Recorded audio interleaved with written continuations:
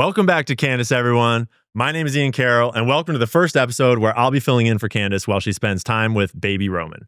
Later on, we'll have updates on Candace and baby Roman and a crazy story of her hospital being evil. Also, Trump goes after Big Pharma, Diddy starts his trial and claims the freak-offs were all consensual, and the internet is losing its mind over Macron and his buddies allegedly getting caught with a baggie of coke. But first, a scandal that started at kids' birthday parties at urban air adventure parks is blowing up in a massive way. And one mom who spent the last 3 years fighting against a multi-billion-dollar private equity monster is about to topple the whole house of cards. All that and more right now on Candace.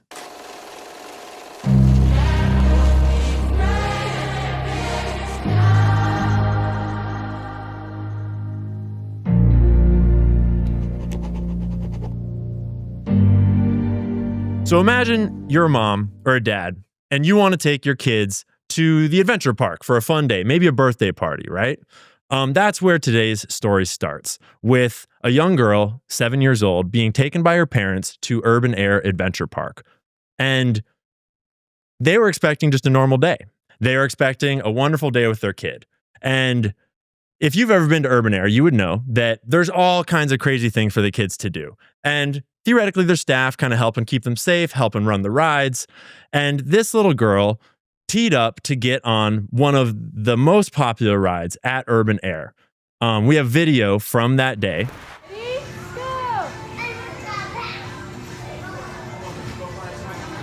You got it.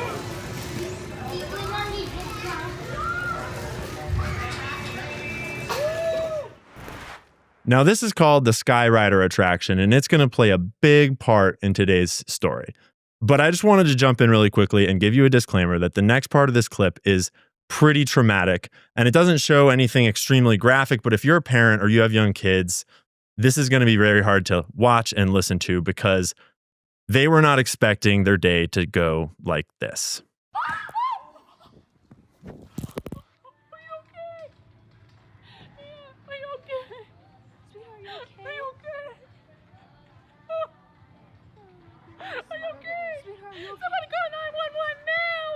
So that little girl, unfortunately, suffered a punctured lung, a traumatic brain injury, broken bones, and permanent disability, including learning deficits, hearing loss. And her injuries are still uncertain and sustained to this day. They have been in secret arbitration up until right now. And this is just one poor little girl's story at Urban Air. But unfortunately, it is very much not the only story like this. And today, I wanted to tell you a story about Urban Air because Urban Air is a very small piece of a very big picture. And it starts with a man named Michael Browning. In 2011, he founds this company called Urban Air. And it's an adventure park, right? And he's growing Urban Air adventure parks, with the goal of being a big shot, like his dad, I would presume. He eventually, in 2018, gets a whole bunch of private equity funding and expands his business rapidly all around the United States, from 45 parks at the time up well over 100. They initially got investment from Ross Perot's private equity firm, MPK Partners, and they took them from just a small business in the Indianapolis area to a nationwide chain. And they started franchising. Franchising allowed Michael Browning Jr. to expand this business out and allow other people to buy into his franchise and to have Urban Airs opening all around the country and to have those businesses opened by local people that wanted to change their lives and their community by starting a business and buying into the Urban Air franchise. This is the story of franchising, and it is the bedrock of the American economy in a lot of ways because it's a fundamental way that people start a business and not only change their own lives and their families' lives, but also elevate their community.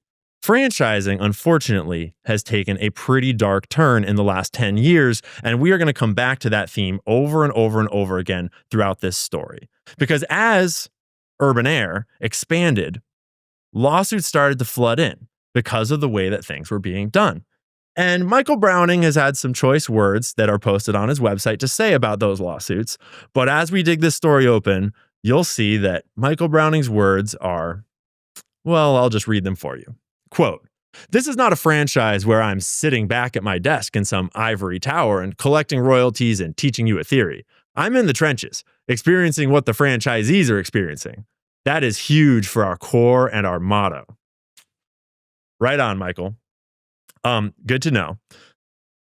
It's also good to know that, let's just say we have documentation that seems to imply that that Skyrider attraction, that zip line type of thing that poor girl fell off of, that was not originally created by Urban Air. And there's documentation that seems to imply that, in fact, Michael Browning Jr., shall we say, filed patents after signing a confidentiality agreement with the original company that founded it, Leap of Faith Adventures. If you search the internet for Leap of Faith Adventures today, you will find just about nothing because Leap of Faith Adventures no longer exists. And that's another dig for another time. But let's just say that the emails, correspondences, and documentation that we have kind of implies what might have happened to Leap of Faith Adventures. Because when you're founding a national chain of adventure parks, you need all kinds of cool rides and attractions and stuff for the kids to do, like rock walls and zip lines and crazy trampoline spin around tumblers and stuff like that. And it sounds pretty dangerous because it can be, right? And when you take your kid out to a park like that, you're expecting them to be providing the safety so that your kids can have a fun, safe time out. Once Michael Browning Jr. had expanded his empire of trampoline and adventure parks all around the nation, he realized that he was onto something and he could expand and do even more. So, following a trend that is rampant in private equity right now, in 2021, Browning decided to scale up following a hot new trend in private equity that gets referred to as platforms, where they will buy up different companies that are in the same niche, in the same sector, so that if you wanted to fix up your house, they've got AC people, they've got cleaning people, they've got painting people. This is just one example, but it happens in all sorts of different areas of our economy. And Michael Browning Jr. decided that he was going to take on the niche that was all things children. Why not apply the private equity playbook of cutting costs, streamlining businesses, and maximizing profits to all businesses' children? So that's what he did. And he bought up a number of businesses in rapid succession with backing from his private equity buddies, including Sylvan Learning Centers, Waterwing, Snapology, XP League, Class 101, Premier Martial Arts, and The Little Gym. But among all brands, it has 1,200 locations across the country and serves 25 million children a year. It generates $1.1 billion in annual revenue. Michael Browning Jr. seems to be doing pretty good. But problems started to arise as they acquired each of these companies. And they didn't start with The Little Gym, but our story starts at The Little Gym today. Founded originally by Robin West and Robin McCoy. And I just want to show you their faces because I get the feeling we'll come back to them in the future. But the story really comes to a head when Tiffany Cianci enters the picture. And Tiffany Cianci bought into this franchise as a mom that was doing other business and wanted to spend more time with her kids around 2017. And so she thought that buying one of these franchises would be a great service to her community and a great way to spend more time with her kids because her kids could attend The Little Gym. And if you've not been to The Little Gym, it's a space for children of all types, but particularly targeted at children that have special types of needs, whether that be auditory, sensory, learning, cognitive, whatever. It's a gym for all types of children to do gymnastics and learn through physical movement. And Tiffany Cianci really found her passion there. We're going to be drawing from news reporting and articles that have reported on Tiffany's story over the last 3 years as it has gotten crazy.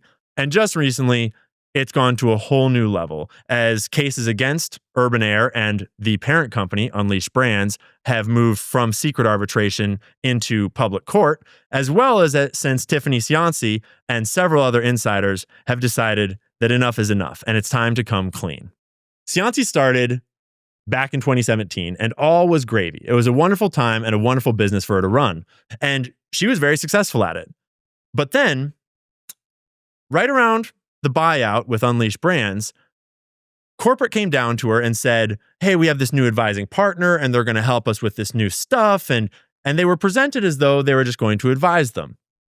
Slowly, little by little, it became apparent to Cianci and the rest of the staff that this was not an advisor, this was a buyout. And the buyout was Unleashed Brands, and the advisor they were speaking to was Michael Browning Jr. himself. Suffice it to say that Cianci and many of the other franchise owners were uncomfortable with the various changes that were being made, the types of changes that would separate the people running these gyms from their clients. Things like call centers, where when a parent calls with a concern about their child, they get a person in a call center halfway across the country instead of the actual teachers that work with their child every day. You can see how that could be a little bit of an issue when you're dealing with special needs kids doing gymnastics, but that's not really how private equity plays. So Cianci organized her fellow franchise owners into an association, sort of like a union, to push back against the changes and to stand up for the franchisee rights. Just to clarify, a franchisee is the person that founded the small business, the owner of the franchise. The franchisor is the big boys, the corporates, Michael Browning Jr. in this case. Over the next 3 years and to this day, Unleashed Brands took Tiffany Cianci through legal. Can I say hell? Yeah, you can say hell. Cool. Over the next 3 years, Unleashed Brands took Tiffany Cianci through legal hell, dragging her into hundreds of thousands of debt, through untold emotional and financial hardships, through the most insane journey of just outright unethical, unlawful lawfare. This is not unique to Tiffany or unique to Unleashed Brands or unique to the Little Gym. Franchises are all across America, and they are all kinds of businesses that support a huge sector of our economy. And franchises in particular are in the crosshairs of private equity today because they can be so incredibly profitable for reasons that we will go into. Suffice it to say, when you are outsourcing so much of your business, cost, debt, and the actual running of your day-to-day business to individual people, to families and small business owners, you can offload a lot of risk and a lot of the hardship and just suck all the money up to the top.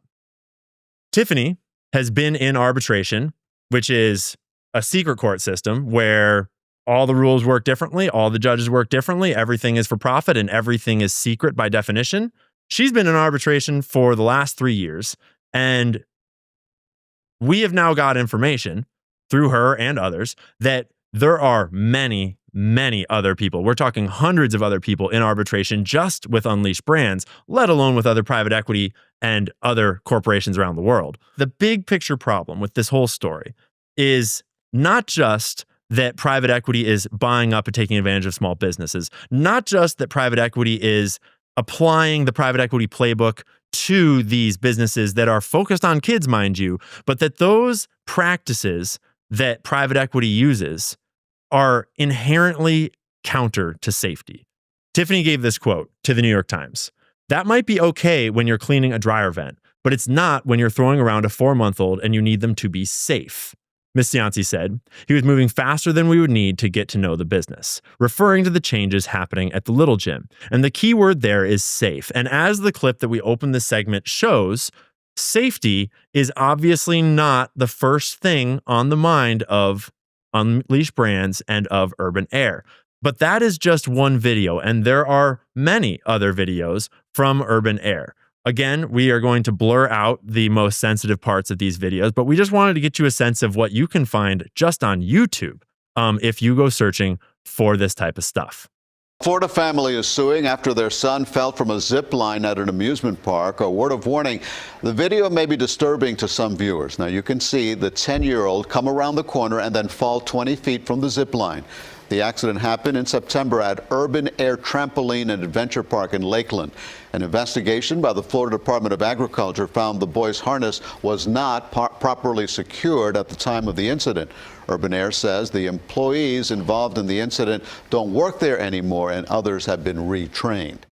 So there's examples of kids falling, but there's also examples of adults and parents getting hurt. In the next video, a mom almost died in front of her own daughter at their birthday party. The video is shocking. Evan! A mom is hanging by her neck, helpless, as she finds herself trapped on an indoor zip line. Time is running out. She's in real danger of choking to death. It happened after she says the harness apparently came loose and slipped around her neck. It seemed as if they put the harness incorrectly. Instead of strapping it under my arms, it seemed as if they strapped it up here. She suffered rope burns and bruises around her neck. Evelyn Rapier is now suing the park, alleging negligence and improper maintenance of the ride. And so when things like this happen, the park gets sued, which is owned by a small business owner, but they're just trying to comply with corporate.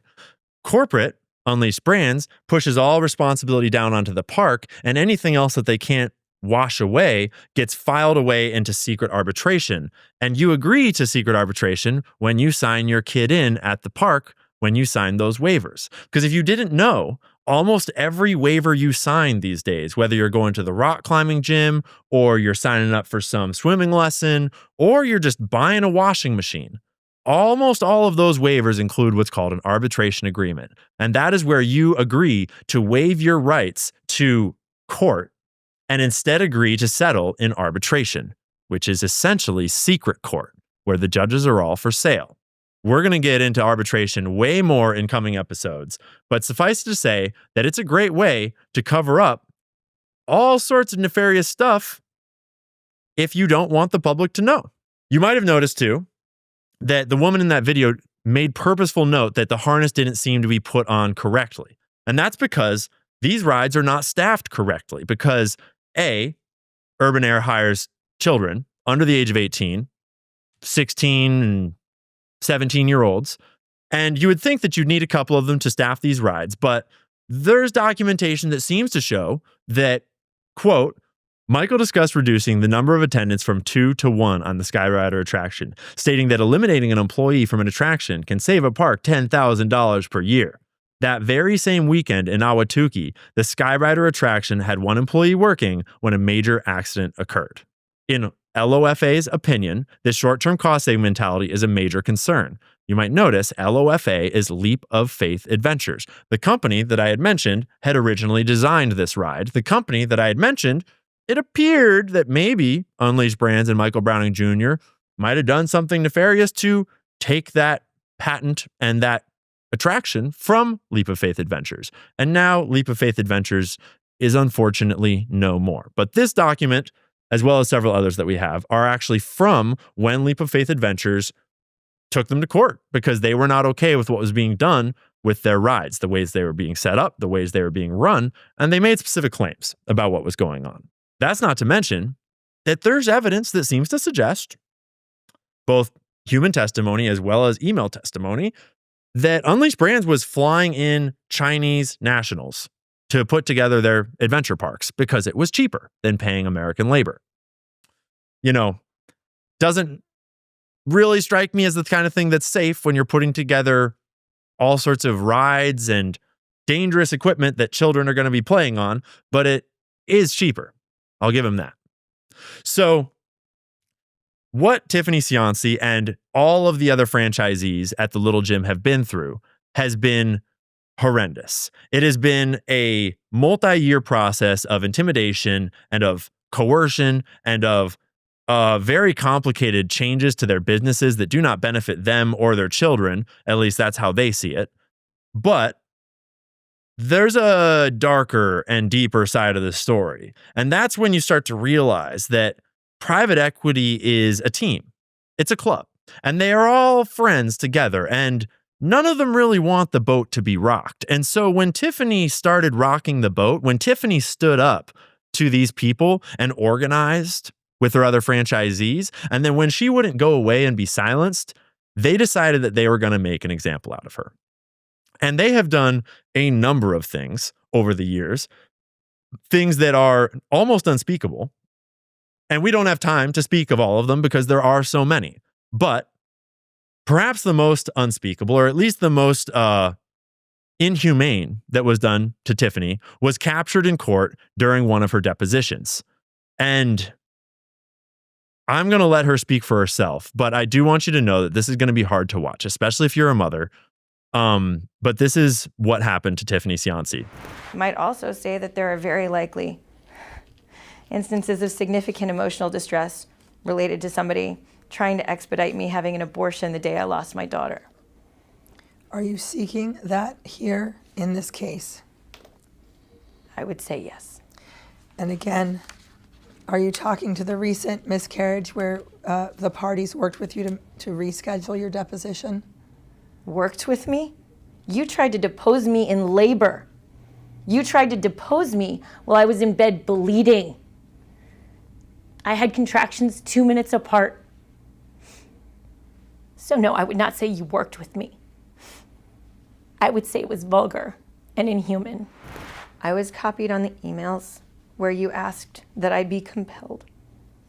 I was copied on the email where you asked that I make sure that I had the fastest abortion possible when my doctor's note said that I was Catholic and meeting with my priest to avoid it.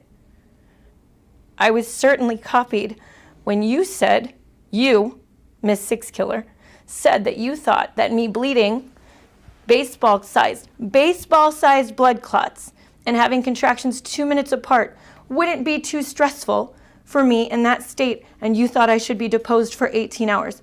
This is 2 weeks later, and I am still having contractions, and I am sitting here so that I don't have to see you again. So yes, I would say I was copied, and it was harmful. We would have moved the hearing date out further to further accommodate you. So I apologize. I apologize we didn't get no, that that's opportunity. not true. That is not true. When you found out I lost my baby, within 30 minutes of getting the note, 30 minutes of getting the note, you said you wanted me produced for deposition in labor, pre-surgery. I'm going to move to strike. And then you said that you wanted him to order me to have the fastest available procedure in the state of Maryland. And if you'd been in court, you would have been referred for disciplinary action, but we're in arbitration, so here we are. Ms. Cianci. And yes, it was a damage emotionally to me. And I'm pretty sure you're a mom, it would have been emotionally damaging to you. So that's where we wound up, all because Michael Browning Jr. wanted to be a big boy like his daddy and run a giant empire of children's focused franchises. And when those franchises spoke up and said that this is not how you run a toddler gym, this is not how you run a martial arts academy, they stomped down. The problem was they stomped down on the wrong woman. And Tiffany Cianci would not give up and would not die. And she is still fighting to this day. And by the way, those email chains that she mentioned, yeah, we got them. And they're all right there. And yes, they do clearly say exactly what Tiffany was alleging on that stand in that deposition. And a running theme throughout this whole thing will be that when you're in arbitration, let's just say there's not really consequences for lying as long as you're on the team of the big boys. There's not really consequences for your lawyers not following the law, for the judges not following the law, because it's all a system for profit and it's all being paid for. And one team has millions and millions and millions of dollars to throw at the lawsuit, and the other team is guaranteed to go hundreds of thousands of dollars into debt until they can't fight anymore and are forced to give up and give in. But Tiffany took to TikTok a few years ago, and I found her story way back then, early on, and she has been fighting ever since. And she's fought all alone for much of it. But eventually she grew a little bit of support and a little bit more and a little bit more, and she's won enough of her cases, including a defamation suit by now, that now there's all of this new documentation coming out.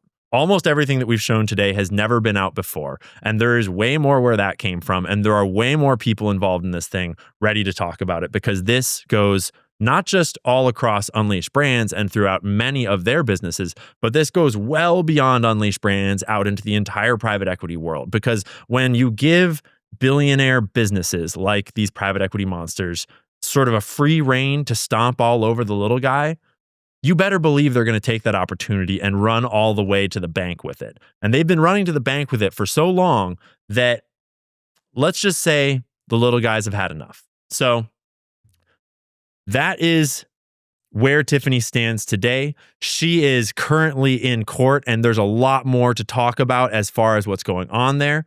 But we just heard, just recently, that one of these secret arbitrations, because all of these cases of children getting hurt, falling off of rides at the adventure park, as well as Tiffany's entire case in secret arbitration about her toddler gym. All of it's in secret. And so none of them could speak up until just recently. And so all these guys, the team over at Unleashed Brands, Michael Browning Sr., who is not just daddy, he's on some of those filings. Norman Leon, Michael Browning Jr., Laura Sixkiller, Stephen Polizzola, all these guys that are written on all these forms, that are involved in all these depositions, that are on these cases, they're going to come back up. And we're just going to look at what they did and what they're doing and see why would you do that? Because ultimately, you should stay away from our toddlers and you should stay away from our little gyms. And we want our kids to grow up in a place where they can be treated like children and not like numbers for profit. So that's the start of that story for now. That's all we got for today. Before we get to an update about Candace and the hospital and how it all went with baby Roman, I want to tell you about our first sponsor, GNO Land. If you're into the world of computer programming, you need to check out my friends at gno.land. GNO is a distributed, multi-user virtual computer implemented on top of the blockchain so that every operation occurs in a predestined way. User program code and memory states are made tamper-proof by the use of Merkle trees and consensus-based verification, all provided by the underlying blockchain storage layer, itself distributed. GNO unifies the concepts in a single concept, the realm. Each realm is like an always active process running forever, for example, as a web server. In a regular system, a live process is defined by its PID, its memory, and the set of system resources it uses at a given time. Similarly, in a GNO, a realm is defined by its identity and its global memory state, which may contain, for example, the amount of coins it detains. The realm is decentralized and put back in control of the developer. The operating system itself becomes transparent. Realm processes are both resource users and providers, with full control and accountability. Learn more at gno.land. That's gno.land today. What if I told you that you could cut your cell phone bill in half and support a U.S. company who shares your values? Values like supporting our local veterans and creating American jobs. What if I told you that you don't have to sacrifice coverage because you'll be on America's most dependable 5G network? I'm talking about the only wireless company that Candace endorses, Pure Talk, a wireless company that is veteran-led and invests in a U.S. customer service team so that you have the best support possible. If you're with Verizon, AT&T, or T-Mobile, join the hundreds of thousands who have successfully cut their cell phone bill in half. That's right. The average family saves over $1,000 a year when they switch to Pure Talk. Switch in as little as 10 minutes when you go to puretalk.com/Owens, with plans starting at just $25 a month. What are you waiting for? Go to puretalk.com/Owens and make the switch to Pure Talk, wireless by Americans for Americans. So, a brief update from the hospital. Candace gave birth to a beautiful, healthy baby boy, Roman. Could not be happier for her. We're all feeling so good. She is doing well. I just talked to her earlier. Baby Roman is doing great. And they are back from the hospital. But there was a funny incident after the hospital because Candace, naturally, after she had a healthy baby and she was feeling great, she left before the recommended 48-hour holding time. Not sure why they need you to stay there for 48 hours and take all their little medicines and get all their ointments that they prescribe. Obviously, she did not give baby Roman all these, shots like hepatitis B, vitamin K, azithromycin, all these things. Department of Child Services shows up at her house doing more or less a wellness visit, asking her all sorts of questions. Why did you leave the hospital early? And she wanted to clarify when she was communicating the story to us that the person that visited was perfectly nice and just doing their job, but they were doing the job of going out and more or less pressuring mothers into, you should have gotten these things and why are you leaving? And it just is a part of this whole pharmaceutical medical complex cartel of pressuring people into getting the drugs, getting the shots, getting the vaccines. And Candace, obviously being based, was like, no thanks, bye. I'm doing great. Go away. So Candace will be back at some point to give us updates, to tell us how she's doing. She'll jump into the show from time to time while she's on leave, but she's doing awesome. And she says hi to all of you. So next, on to the Diddy trial. Yesterday, the Diddy trial got underway to a slightly late start. The jury got sworn in. Opening statements were read. Funny anecdote where the prosecution struck 7 black jurors. And the defense was trying to call them racist. And it became this whole thing. Ultimately, the judge sustained their motion to strike those jurors. I'm not trying to make a comment on that. I just thought it was funny the way that it got reported on. But then it turned out that victim 3, unknown, we don't know who it is, but victim 3 apparently is missing. just a few weeks ago, victim 3 came forward, or didn't come forward, but said that they were willing to testify in the trial. And though we don't know who it is, it obviously was important to the case because they were going to put victim 3 on the stand. And then just before this all came together and before Diddy took the stand, victim 3 apparently was out of communication, and we do not know where they are. My thought immediately went to the girl Allie that is sharing all the salacious stuff. I went and looked her up, and she's still posting on TikTok as not her. So I don't know what to make of it. I don't know who victim 3 is. I'm sure we can all come up with some crazy conspiracy theories about what's going on there. Diddy's side is hoping for a mistrial just because they don't have one of their witnesses. That is extremely unlikely, but it is possibly going to cause some delays, and it might actually impact the ability to prosecute Diddy. I presume that Diddy is pulling out all the stops, as we've heard reportings of private investigators looking into people and people being pressured or influenced by his family members and just all sorts of shady. And it's Diddy, so what did you expect? It's also worth noting that Maureen Comey, the daughter of James Comey, is on the prosecution team. She also recently served as the lead prosecutor for Ghislaine Maxwell. So it's just a funny small club of people up here. And ultimately, that's what I really want to talk about here, is that as you might expect, nothing really seems like it's going to come out of this. And that's because this is not the case that we were all hoping for them to try. We got on this case. I mean, if you've been really following it since Cassie and before, yeah, there's a lot going on here. But when the Lil Rod lawsuit dropped and most of us kind of caught wind of Diddy and what was going on, the case was that Lil Rod's lawsuit seemed to imply and allege that this was a sexual blackmail operation and that all of Diddy's homes were wired up with secret cameras recording everything that happened, and that Lucian Grange and Universal Music Group were named in that lawsuit originally, except then they mysteriously disappeared off the lawsuit. No answers as to why.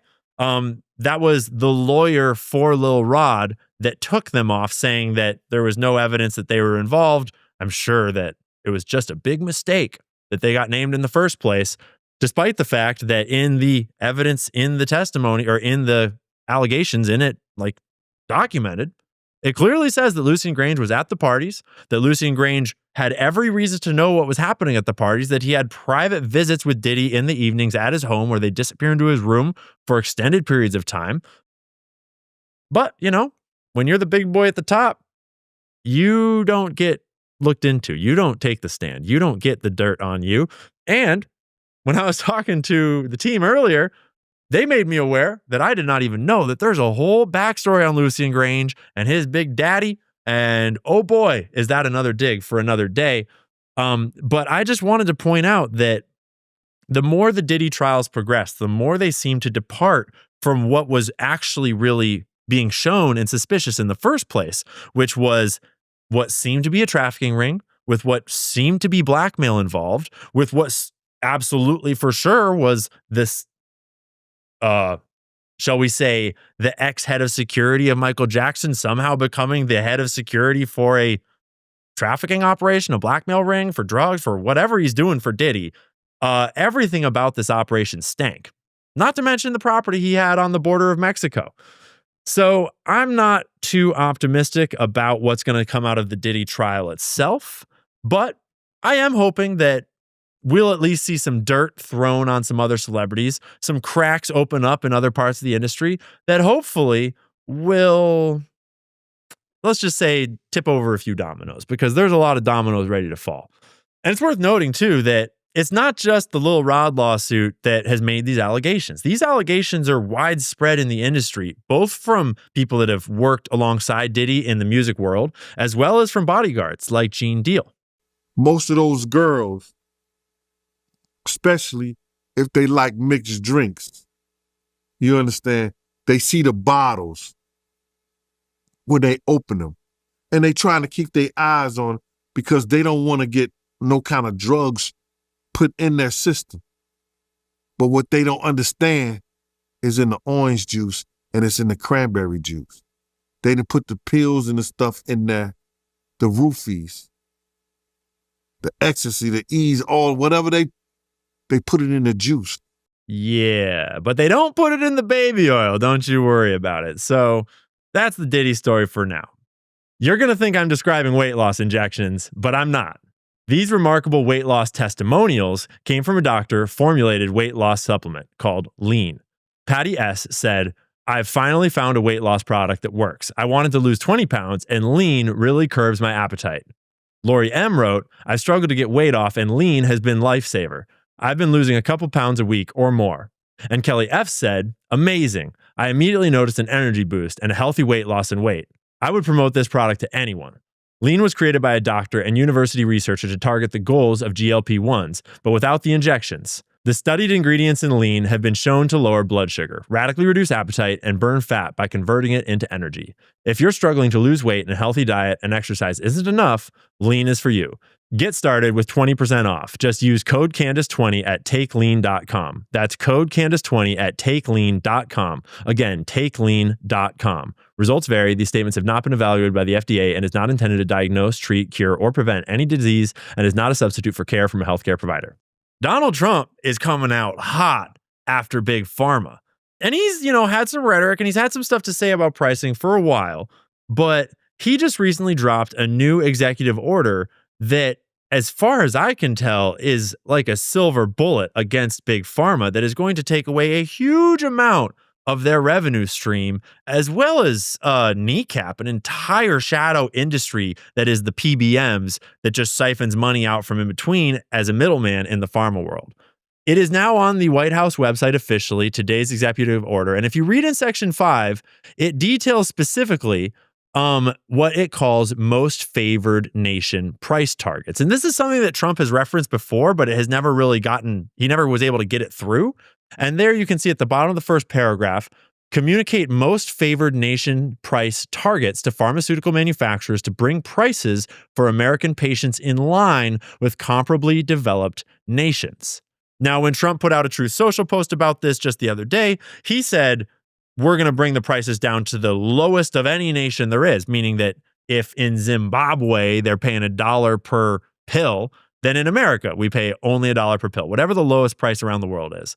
That language has been modified a little bit so that in the actual executive order, now Americans are mandated apparently we get to pay whatever the lowest price of any other developed nation, which is awesome because right now we're getting grifted so hard. Right now, Americans are paying more than just about any other nation in the world, often by multiples of 2, 5, or even 10x what other countries are paying for the exact same products. Also, in Section 4, he seems to enable direct-to-consumer sales from the pharmaceutical manufacturers at the most favored nation price, which is really interesting because, I mean, let's just say I've never been there. I'm no pharmaceutical expert. But from what I'm reading there, that seems to be very much a death blow to a vast portion of pharma's profits. And I mean, I don't know what to make of that other than extreme optimism. Because that's not all. He also is going after the PBMs, the pharmacy benefit managers. He ordered RFK to facilitate programs for pharma manufacturers to sell direct to consumers at the best nation price. If you're not familiar, these PBMs, pharmacy benefit managers, they're companies that manage prescription drug benefits and health insurers and employers, and they just kind of like middleman in between the whole system. And they just take a huge cut out from the middle, like an insanely huge cut. PBMs are over $1 trillion a year in combined revenue, according to an FTC report, I think from last year, maybe from 2023. So, I mean, a lot's going on here. And I'm sure that a lot of people far smarter than me will have all kinds of takes, but I'd be surprised if anyone has any take that is not positive because, I mean, we all love Big Pharma, right? So anyways, speaking of drugs, again, a couple of the big boys got caught allegedly with a little baggie of drugs. But is that really the story that's going on here? I'm sure you've seen by now. If you have an X account, you've definitely seen. And if you don't have an X account, you've still probably seen Macron just squirreling away the little bag of whiteness on his table and all that stuff that's been taken over the internet, and everyone's making funny memes and AI videos of them dancing and whatever else. And yeah, he grabs this little bag and sleuths it away. But like, let's just pump the brakes for a second here, guys. It might be a tissue. Like, it really might be a tissue. And like maybe it's a bag of drugs, like a really big bag of drugs, like just so like that's a lot of drugs. And just on the like maybe, but regardless, even if it's a bag of drugs or it's a tissue, you can argue about that all day long. And yeah, it's a funny scandal, whatever. But that's Emmanuel Macron. And if you don't recall, he's married to a dude. And in case you're not up to date on the story and all the other implications of that story, there's a whole series that Candace Owens made on this very YouTube channel that you could watch yourself, and you might learn all about how Emmanuel Macron married his much older teacher that was not always a woman and might have even possibly one day been in his very same family. That seems a lot more scandalous than world leaders doing cocaine, which I'm sure they probably all do. And they might even all do right before the media comes into their room to do interviews with them. We've all seen the images or the videos of Zelensky and Ardern just going all sniffly. We've seen it, and I'm sure it's happening. But ultimately, the scandal is that he's married to a dude, and that implies all sorts of other things that we want answers to. So yeah, that's the story about the drugs. It's fun, but let's be real. It kind of feels like a distraction, guys. Let's keep our eyes on the bigger prize, like the Illuminati controlling the world through a crazy cult. I'm sorry, I'm kidding. Anyways, that's about it for our episode today. I think that about wraps us up. I really appreciate you guys coming to hang out. I really appreciate the whole team bringing me in and welcoming me to the studio. I cannot wait to learn from them, to learn from all the crazy rabbit holes that they've been down, and to share them all with you. If you haven't already remembered, please like the video, share the video, subscribe to the channel. And I'll make sure that Candace comes and pops in to say hi before too long here. But for now, have a great night, and we'll see you tomorrow.